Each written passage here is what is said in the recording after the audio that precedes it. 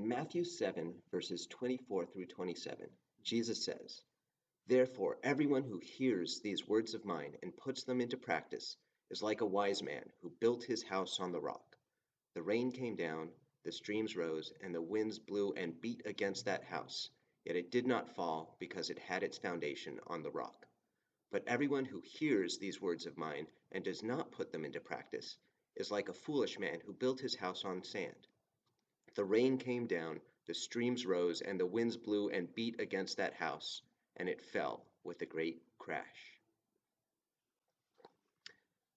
This is probably one of the most iconic parables Jesus tells, the wise and the foolish builders. One does the work necessary to dig deep and build the right kind of foundation. The other one doesn't and builds something that can't survive the coming storm. Well, here we are, under church. You can see its foundation, solid rock. You need a good foundation for a building. The foundation is what holds it steady, prevents it from shaking or falling apart in the wind or an earthquake.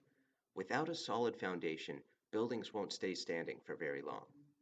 What's true for buildings is also true for us. In our lives, we need a solid foundation, something that we can completely trust in and know it won't give out on us when things get rough. You'll find people pick all kinds of things to use as their foundation in life. Some choose money. They think if they just gain enough wealth, they can survive anything. Some choose intelligence and knowledge, and all that matters to them is being smarter than everyone else. For some people, it's all about being popular. They think if they get the most likes or followers on social media, then their lives will be stable. Others may make celebrities or politicians the center of their lives, governors or presidents or kings, and all that matters is following them, talking like them, dressing like them, copying them no matter what they do. They don't want to go a day without listening to something they say. These are the things in their lives that are the most important. They put their entire identity and self-worth in those things and get really angry when they're threatened. You can tell you're using something as your foundation because it's the one thing you can't do without, the one thing that causes you to lose all hope when it stops working. But the truth is, none of those things are foundations we can build our lives on. All of those things will one day let us down. They don't last. And haven't we seen that happen this last year? How many things were we trusting in a year ago? Things we thought would never be shaken, and in a few months, they all fell apart all over the entire world. But here comes Jesus, and he says something radical. His words are the truth that you can live your life by. His words are the foundation you can build on, both for this life and for eternity. And it's not good enough just to listen to his words and smile and say, "Oh, that's nice."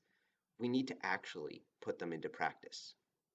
Jesus is telling us this parable at the end of the Sermon on the Mount, which is the most extensive sermon the gospel accounts record. We studied it together last year, and we saw that it was a pretty challenging sermon, where Jesus sets the bar for righteousness far above what we're used to seeing. He says it's not good enough to go through life without killing someone, because even if you just have anger and hatred in your heart, you've fallen short. He says it's not good enough to just love your friends and family. You need to actually love your enemies and pray for those who persecute you.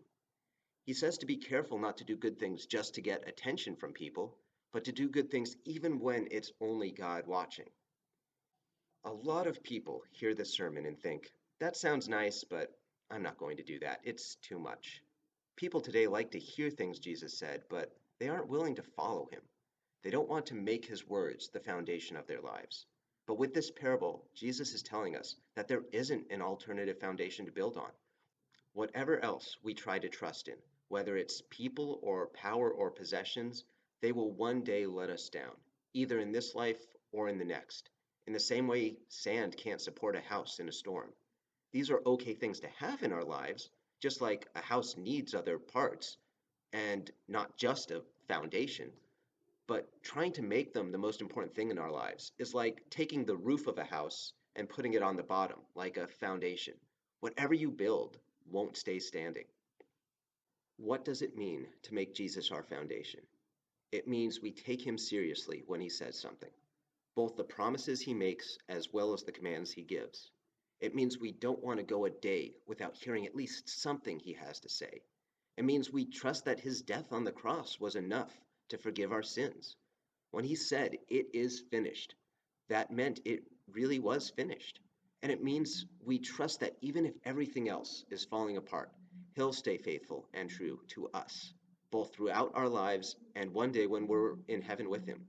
We don't need to be afraid because he is the reliable foundation that won't let us down. I hope everyone has a great week. Looking forward to seeing you again on Sunday. Praying for all of you. As always, if you ever need anything, I'm one phone call away.